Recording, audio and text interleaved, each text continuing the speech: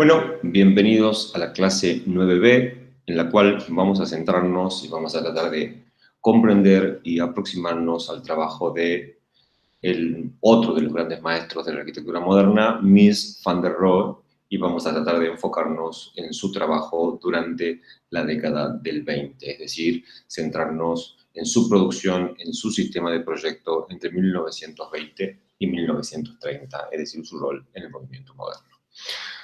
Nos detenemos en la foto, estamos viendo un Mies grande, mayor, ya en Estados Unidos. Fíjense lo que nos comunica la imagen, es un arquitecto dominando su rol creativo, por así decirlo. Lo acompaña un cenicero, una pieza de diseño industrial muy refinada. Sus trajes son hechos a medidas, está sentado en una silla diseñada por él. Fíjense el detalle del acero cromado. En el fondo vemos paredes con molduras y su colección personal de arte moderno, particularmente arte cubista.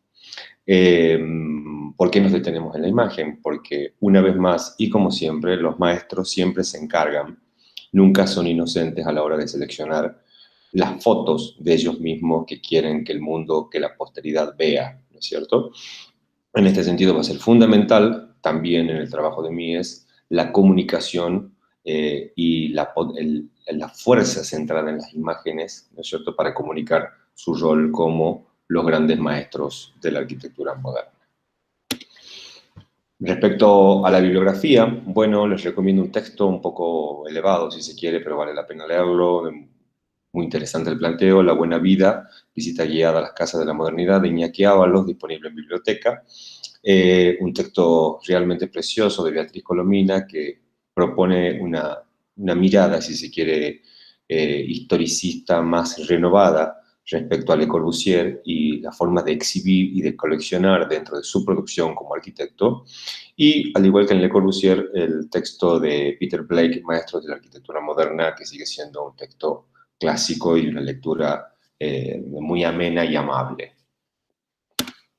Habiendo dicho esto, pasamos a la estructura de la clase. Vamos a centrarnos en la biografía de Mies, viendo los aspectos o las notas más sobresalientes, en qué contexto se mueve, cuáles son sus influencias y sus ideas. Vamos a ver las exposiciones que le van a permitir a Mies utilizarlas como un laboratorio de la modernidad. Ya vamos a trabajar esa idea en la cual en esas exposiciones Mies permite llevar adelante proyectos teóricos y ensayar ideas que luego aparecerán en su producción concreta como arquitecto. Por supuesto, vamos a tratar de comprender su sistema de trabajo, su sistema de proyecto, a partir de ver, de repasar y pensar algunos estadios, sobre todo los más importantes de su trabajo. Vamos a detenernos en el pabellón alemán como un punto central, como hito de la modernidad dentro de su producción como uno de los grandes maestros de la arquitectura moderna, y vamos a analizar la Villa Tugendhat, vamos a hacer un análisis valorativo, insisto, acá también algo muy parecido a lo que ustedes tendrán que hacer cuando hagan un análisis de los ejemplos del cursado de la materia. Bien, biografía. Básicamente la biografía de Mies, se divide en dos grandes etapas, su etapa europea y su etapa americana. Nosotros vamos a centrarnos en su etapa europea. Podemos decir que nace en Askygram hacia finales del siglo XIX, 1886. Estudia en la escuela de Aquisgrán, tiene diversos trabajos como dibujantes, hasta acá nada sobresaliente. Sí podemos decir que en 1905 se muda a Berlín, con 19 años. Este tipo de biografías ya nos empiezan a parecer familiares si pensamos o comparamos con Le Corbusier. Trabaja es decir, está en una gran capital cultural. Trabaja en la oficina de Bruno Paul, viaja a Italia financiado por Alois Riel. Esto va a ser muy importante respecto a sus incursiones en las lecturas de filosofía. Trabaja, como ya sabemos, con el estudio de Peter Behrens en Berlín, coincidiendo aproximadamente hacia 1910, conoce a Le Corbusier, como ya dijimos, y esto es central en su desarrollo como arquitecto. Viaja a Holanda para trabajar en la vivienda Kröller-Müller y conoce la obra de Berlage. Vale la pena detenernos acá porque su contacto con las vanguardias holandesas, sobre todo con el neoplasticismo, va a producir una transformación central en su manera de entender la espacialidad, primero en el mundo del arte y luego en su producción como arquitecto. Hacia 1913, siendo muy joven, abre su estudio en Berlín, se casa, tiene 3 hijas y durante la Primera Guerra es alistado soldado. Bien, estamos viendo en primeros proyectos, el tipo de producción arquitectónica que desarrolla en estos momentos.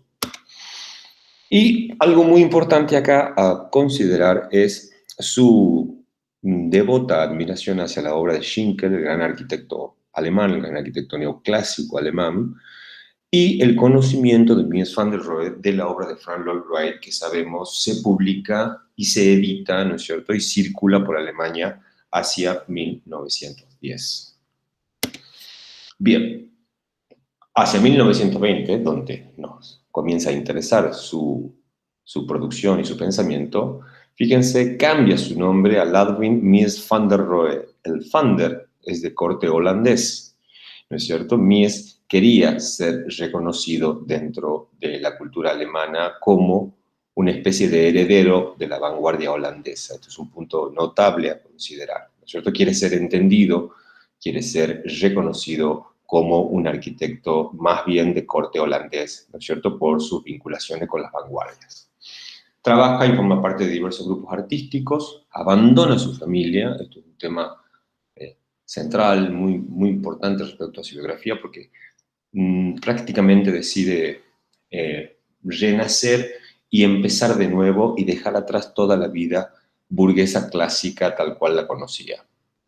Entre 1925 y 1938, este es un periodo muy importante de su tiempo, trabaja con la decoradora Lili Reich y tiene una relación con ella, ¿no es cierto? En la historiografía actual se discute bastante hasta dónde, cuáles fueron las verdaderas implicancias respecto a la creatividad de Mies comparada con la de Lili Reich, ¿no? Hay una mutua influencia ahí. Bien, forma parte de grupos intelectuales, ¿no es cierto? Es director de una revista de arquitectura, esto también las publicaciones de arquitectura siempre presentes, como un campo para difundir, para discutir y para plantear nuevas ideas. Edita la revista G, ¿no es cierto? Por supuesto, conoce nada más y nada menos que a Theo van der Zwoer. Y bueno, forma parte de esta asociación, el Deutsche Werkbund, entre 1926 y el 32. Como ya sabemos, es director de la exposición de viviendas en Stuttgart, y también es, y esto es muy importante, es el director de la representación alemana en la Exposición Internacional de Barcelona hacia el año 29. Dirige la Bauhaus en Dessau, luego la en Berlín, y bueno, esto ya estaría fuera del alcance de esta clase. Tiene su primera visita a Estados Unidos en el 37 y en el 38 hace su viaje definitivo. Y a modo de detalle, ¿no es cierto?, no menor, pero ya fuera del alcance de esta clase, en 1947 tiene una exposición monográfica de su trabajo en el MoMA de Nueva York, comisariado, cuando no, por el siempre presente difusor de la arquitectura moderna, Philip Johnson. Habiendo dicho esto, y comienza ya en Estados Unidos otra etapa dentro de su biografía que quedará fuera de los alcances de esta clase. Vemos algunos trabajos, la Casa Rill en 1906, comienzos del siglo XX, nada importante, siempre las presencias del pintoresquismo, de alguna manera, pero siempre esta elegancia clásica en cuanto al manejo de las geometrías, el tratamiento de la fachada, de los aventanamientos, etc. La Casa Urbig, hacia allá en 1915, un corte netamente aristocrático, y esto sí es importante aclararlo. Mies, desde muy joven, desde siendo un muy joven arquitecto, está muy interesado en formar parte de las altas burguesías culturales, intelectuales de Alemania.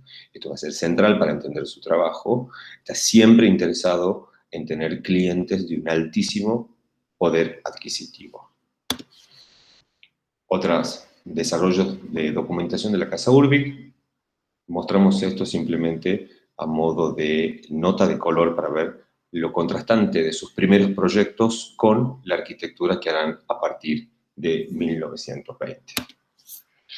Bien, las exposiciones. ¿Qué nos interesa acá? Mies utilizará en cada oportunidad que tenga las exposiciones para llevar adelante sus ideas sobre una nueva arquitectura.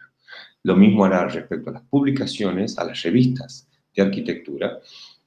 Y en cierto sentido, esto nos plantea o nos propone Mies siempre atento a comunicar, siempre muy interesado en difundir, ¿no es cierto?, en discutir sus ideas, tanto como un gran arquitecto respecto a las nuevas ideas y sobre todo a su vinculación con grupos artísticos de vanguardia.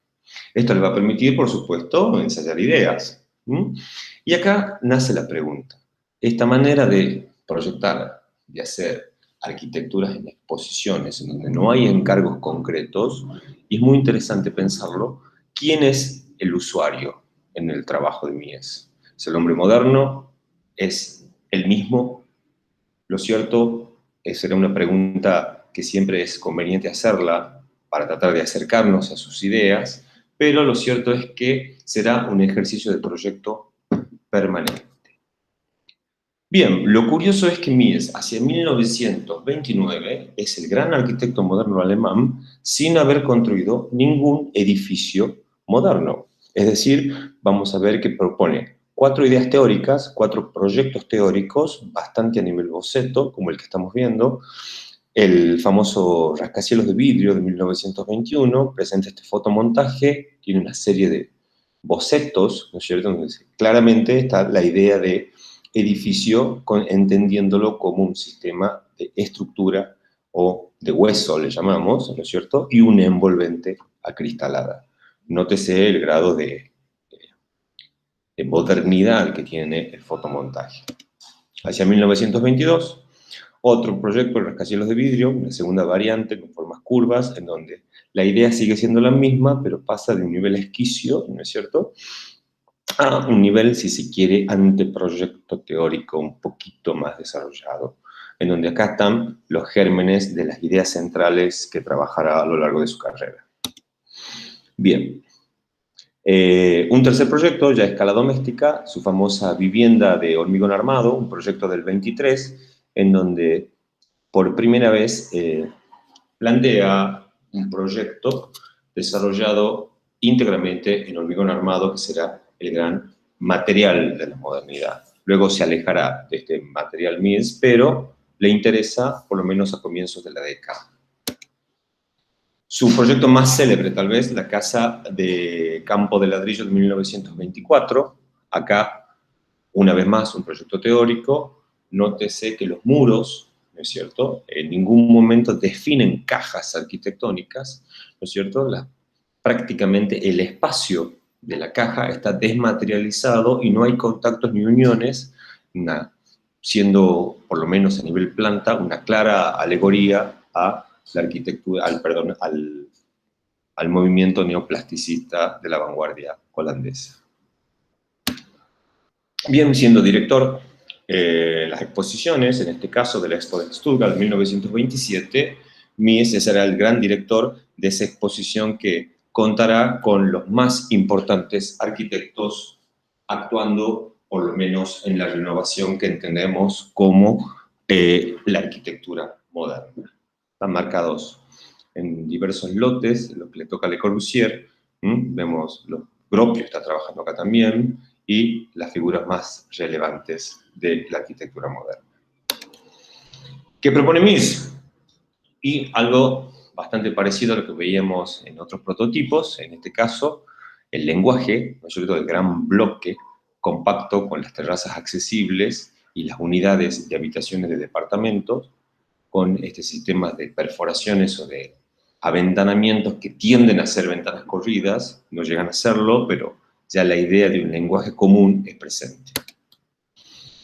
Vemos ya en otro tipo de exposición, la exposición alemana de la construcción en el año 31, en donde Mies participa y una vez más ya acá comienza a indagar sobre la espacialidad interior y exterior, ¿no es cierto?, con propuestas que manifiestan una concepción radical respecto a una nueva forma de hábitat.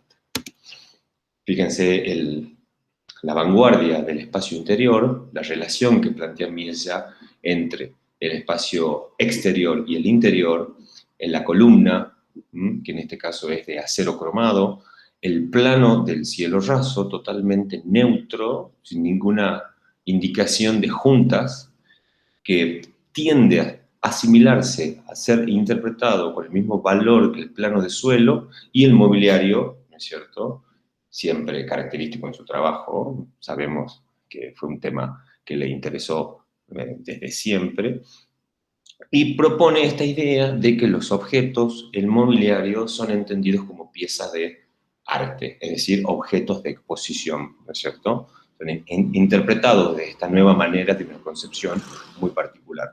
Lo cierto es que las exposiciones le permitirán a Mies una permanente actitud de experimentar, de proponer ideas, de ensayar ideas o de verificar algunas espacialidades muy personales.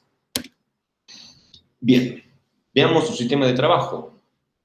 ¿De dónde vienen estas ideas? La principal característica, esto que nombrábamos recién, el igualar el valor plano-suelo, fíjense en esta especie de croquis fotorrealismo o fotomontaje, en donde Mies habla de la simetría horizontal, es decir, si el plano visual perceptivo está a 1,40 m, o 1,50 m le pongamos, ¿no es cierto?, a altura de los ojos, Mies lo duplica hacia arriba, es decir, utiliza un plano de cielo raso aproximadamente a 3 metros, y siempre tiende a igualar el valor del piso del suelo, del desarrollo del solado, con el valor del cielo raso, generando siempre la mínima cantidad de puntos de apoyos, lo cual el resultado termina siendo un sistema, ¿no es cierto?, o ese espacio universal característico que siempre está tratado a nivel envolvente como una continuidad total entre el exterior y el interior. Bien, vamos a ver acá qué propone siempre Mies en este proyecto teórico, que es la vivienda de 3 patios, un proyecto que desarrolla durante toda la década del 30, por supuesto son proyectos teóricos, y vamos a ver cuáles son las notas o los elementos compositivos más notables. Como primer lugar, la retícula, es decir, estos puntos de apoyo, que ya un poco estamos familiarizados con los pilotis del movimiento moderno. Mies da un paso más allá, ¿no es cierto?, y va generando planos totalmente libres que desmaterializan la caja arquitectónica y aplica planos de transparencia total. Lo que estamos viendo en naranja son los planos de vidrio. Ya no estamos hablando de una ventana corrida, sino que estamos hablando del sistema de piel que comunica visual y perceptualmente el interior con el exterior, generando una imagen, generando un sistema volumétrico, un sistema espacial muy particular. Vemos el desarrollo de la casa de 3 patios, una marcada horizontalidad. Nótese la envolvente, el perímetro, es una vivienda acá. Si Mies está pensando en un lote urbano, siempre cerrado, pero el jardín está, o los espacios verdes, los espacios de desborde, son dominados desde el interior. Bien, acá estamos viendo una foto fantástica de la maqueta del espacio interior del pabellón alemán, que ya lo veremos, y fíjense los puntos de apoyo cromados y los planos opacos, los planos transparentes y los planos translúcidos, generando un sistema, ¿no es cierto?, geométrico y una espacialidad. Acá sí la promenade es totalmente libre. Acá sí necesito recorrerlo y no hay ninguna indicación, nada que insinúe cuál será la secuencia de movimiento. La cuarta dimensión acá está llevada a su máxima expresión. De nuevo, lo que hablábamos del lenguaje abstracto, ¿no es cierto?, y de esta especie de igualación entre el plano piso y el plano cielo raso. Estamos viendo un proyecto que hará para un museo en 1942, pero nótese que las ideas, ¿no es cierto?, que estamos tratando de comprender, ya están, los gérmenes, los inicios de estas ideas ya están en proyectos teóricos durante la década del 20.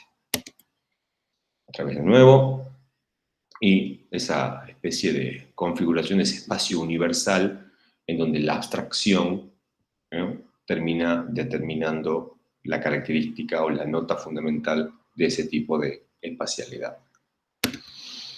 Bien, el pabellón alemán. Nótese que, como dijimos, Mies se convierte en el gran arquitecto moderno, habiendo realizado simplemente proyectos teóricos, no había desarrollado ningún encargo concreto, y hacia finales de la década del 20, le encargan la construcción y el diseño, o el diseño y construcción del pabellón alemán, cuya principal característica es qué se va a exponer.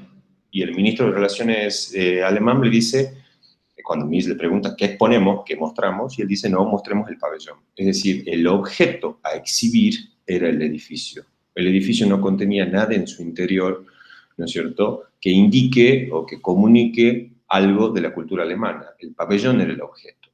Por primera vez, Mies tiene la oportunidad de diseñar, proyectar, construir un edificio en el cual pueda poner a prueba todas sus ideas espaciales o los sistemas de trabajo que veníamos comentando hasta acá. Bien, el edificio es claramente un objeto escultórico, es claramente un objeto expositivo en sí mismo, y por supuesto la principal cualidad será esa comunicación totalmente abstracta. Podemos pensar a este edificio como una escultura neoplasticista en algún sentido, ¿cierto? Un sistema totalmente abstracto. Acá no se entiende dónde está el adentro, dónde está el afuera, cuál es el exterior, cuál es el interior, y esta continuidad o la desmaterialización de los límites se hace patente.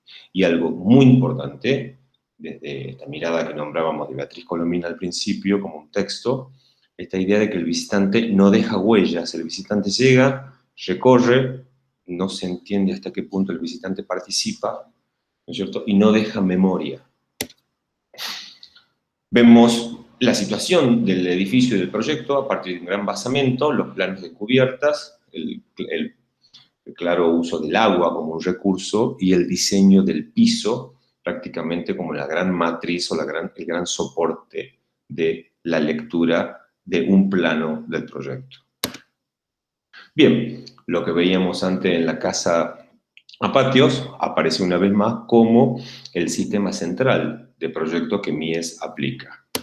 Vemos la retícula, ¿no es cierto? Los puntos de apoyo, que en este caso serán de acero, ya vamos a ver cómo. Por otro lado, esa será la matriz, que permite liberar, ¿no es cierto?, a todos los muros de cierre de cargas. Y los planos abstractos, la caja desmaterializada, y la célebre fluidez espacial como el gran soporte de su trabajo como arquitecto. En negro estamos viendo los planos pesados, cómo se va conformando este nuevo lenguaje, y comienzan a aparecer los planos transparentes y los planos translúcidos, contrastando y generando un espacio arquitectónico en donde la promenade, como decíamos, es absoluta. No hay ninguna indicación de sentido o de movimiento. Realmente acá la cuarta dimensión está llevada hacia un nuevo extremo. Vemos el proyecto de nuevo, en donde nótense el diseño del piso, cómo enfatiza, cómo da una matriz total al desarrollo del proyecto. No hay ninguna indicación de dónde comienza el exterior, el semi-exterior o interior y el espacio exterior. Simplemente termina funcionando como una matriz abstracta. Bueno, y vamos al concepto material de este proyecto teórico. La foto es realmente fantástica. La junta el final del borde de hormigón armado respecto al paño de junta del mármol travertino, enfatizando el plano vertical, ¿no es cierto?, con el plano de pavimento. Siempre esta idea de Mies trabajará con esta noción de muy pocos materiales, muy costosos. Vemos la desmaterialización de la caja como un tema central, la continuidad exterior-interior. La cuarta dimensión que ya nombramos, miren los reflejos, los materiales muy costosos, esos grandes paños de mármol. Nótese también el tratamiento del cristal totalmente translúcido, no transparente, en contraste con el transparente, y la lógica esta del mobiliario diseñado por él, incorporado a la arquitectura, ¿no es cierto?, como si fueran piezas de exposición. No responden a necesidades funcionales, sino responden a piezas de exposición. Por supuesto, en este tipo de arquitectura, la concepción es del espacio total, se diseña todo, desde el mobiliario hasta las carpinterías, hasta la iluminación, hasta... ya no se puede hablar en este caso de aventanamiento, sino estamos pensando de pieles envolventes transparentes. Por supuesto, nos lleva a una nueva manera de comprender la arquitectura como una obra de arte habitada dentro de este lenguaje abstracto. Vemos el criterio material en esas 6 fotos, ¿no es cierto? El mármol travertino, vidrios con esos marcos de acero pulido, en contraste con el cuero blanco, ¿no es cierto?, con la técnica del capitone del sillón, esos paños, ¿no es cierto?, tapizados muy costosos como si fueran pana, y por supuesto esta concepción material totalmente particular que transmiten esta idea de obra de arte total. Los detalles constructivos, un tema muy importante a la hora de pensar en el trabajo y en el acercamiento, con su célebre frase menos es más. Nótense las uniones que hay acá entre los recortes de la columna cruciforme forrada en acero pulido y el encuentro con el mármol travertino, y miren cómo aparecen esos paños, ¿no es cierto?, de carpinterías prácticamente en correspondencia con las juntas de los pisos. Bien, acá nos detenemos un poco más para pensar en un encargo ya más real y específico, ¿no es cierto?, en el caso de una vivienda que le llegará a Mies, este encargo, en la República Checa, hacia 1928. Lo que estamos viendo es la casa Tugendhat, la villa Tugendhat, que es un encargo para una familia de notables de una alta burguesía, ¿no es cierto?, de la República Checa.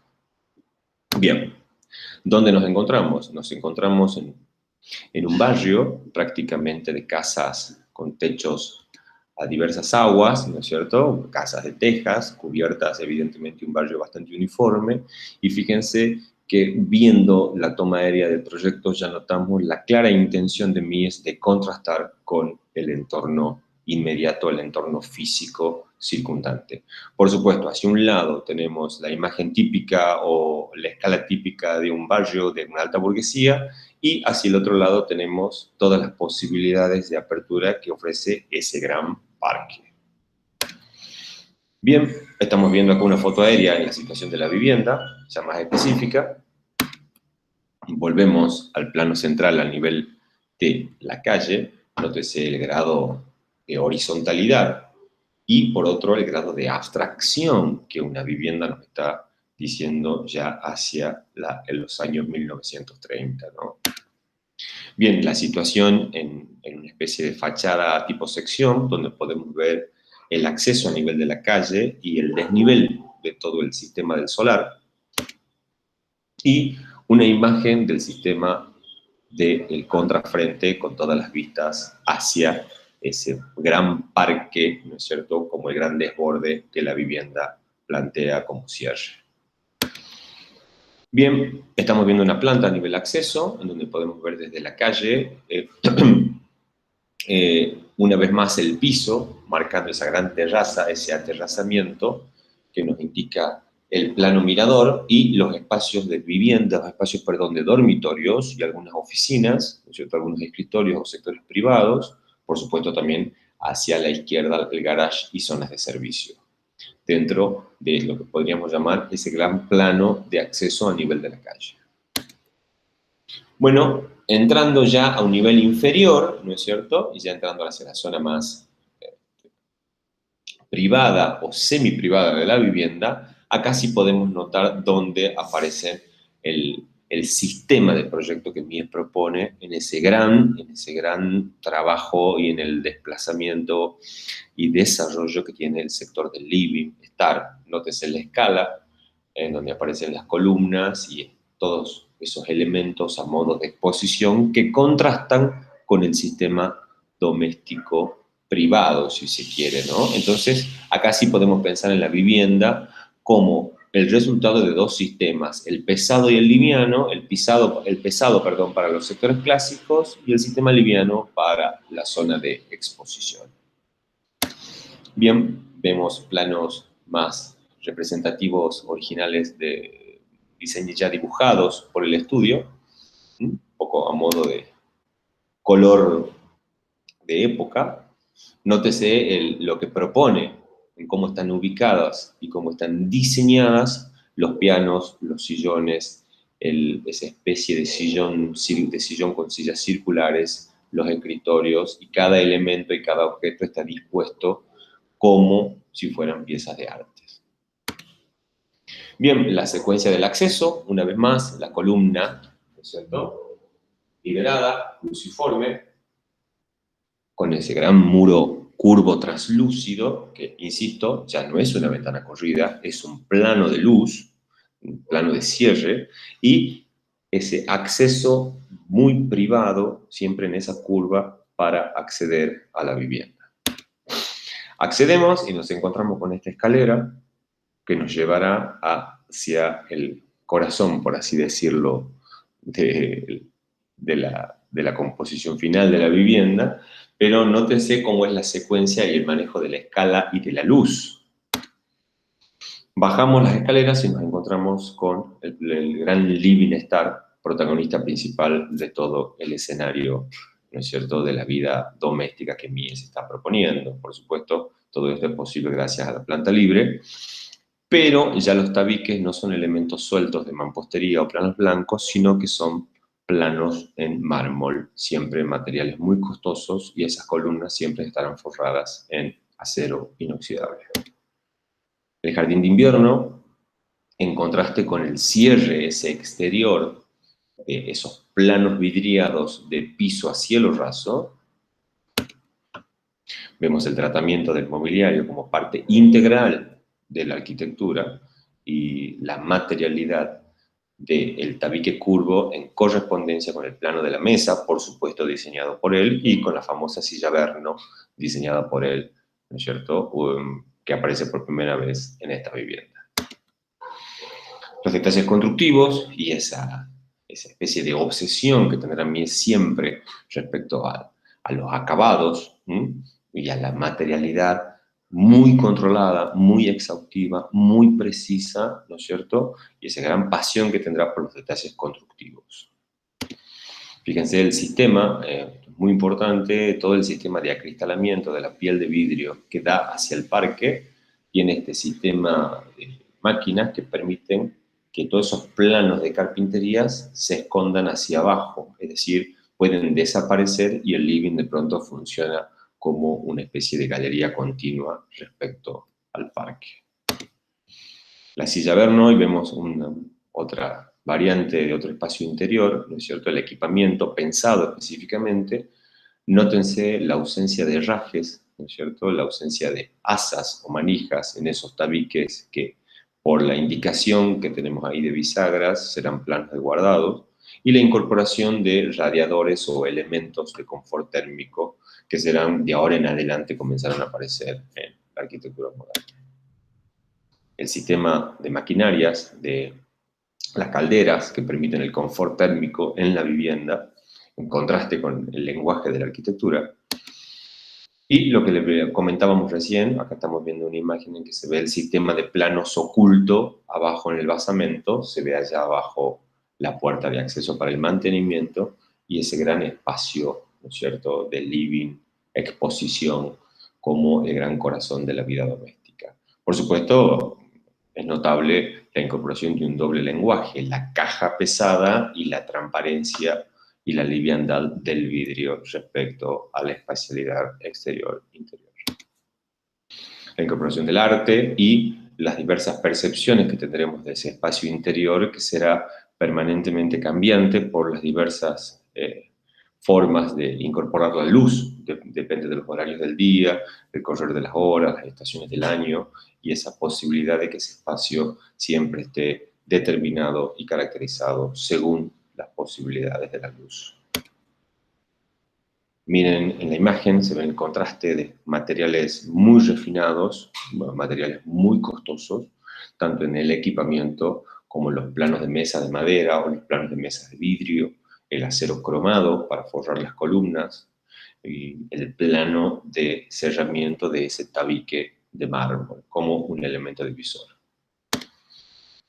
Una vez más, el mobiliario, en este caso estamos hablando de madera de ébano para cerrar, para definir, ¿no es cierto?, la posición y el diseño de la biblioteca y las zonas de guardado, donde arquitectura, equipamiento son entendidas como una obra integral. La incorporación de arte, por supuesto, en este caso un torso, notable escultor, y hasta el diseño de la lámpara, ¿no es cierto?, con un croquis que estamos viendo hacia la derecha, con un plano de detalle especialmente diseñada para la vivienda. Bien, ¿qué podemos decir a modo de conclusión?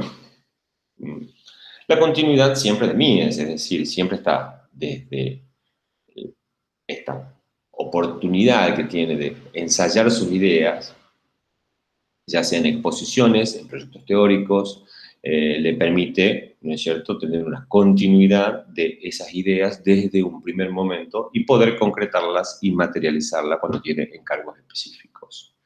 ¿No es cierto? Estas ideas, ya nos lleva al punto 2, este lenguaje es el resultante, es el resultado de este trabajar, ¿no es cierto?, siempre a conciencia y siempre sin tener muy en claro hacia dónde es la dirección, pero con una clara intencionalidad de plasmar un lenguaje y una nueva concepción del hábitat y un lenguaje arquitectónico totalmente personal, lo cual también le permite, sin lugar a dudas, ¿no es cierto? Y acá está el gran valor de su trabajo como arquitecto moderno, cuando tiene encargos concretos, esas búsquedas, ese lenguaje moderno es claramente aplicado a el proyecto de la vivienda moderna, ¿no?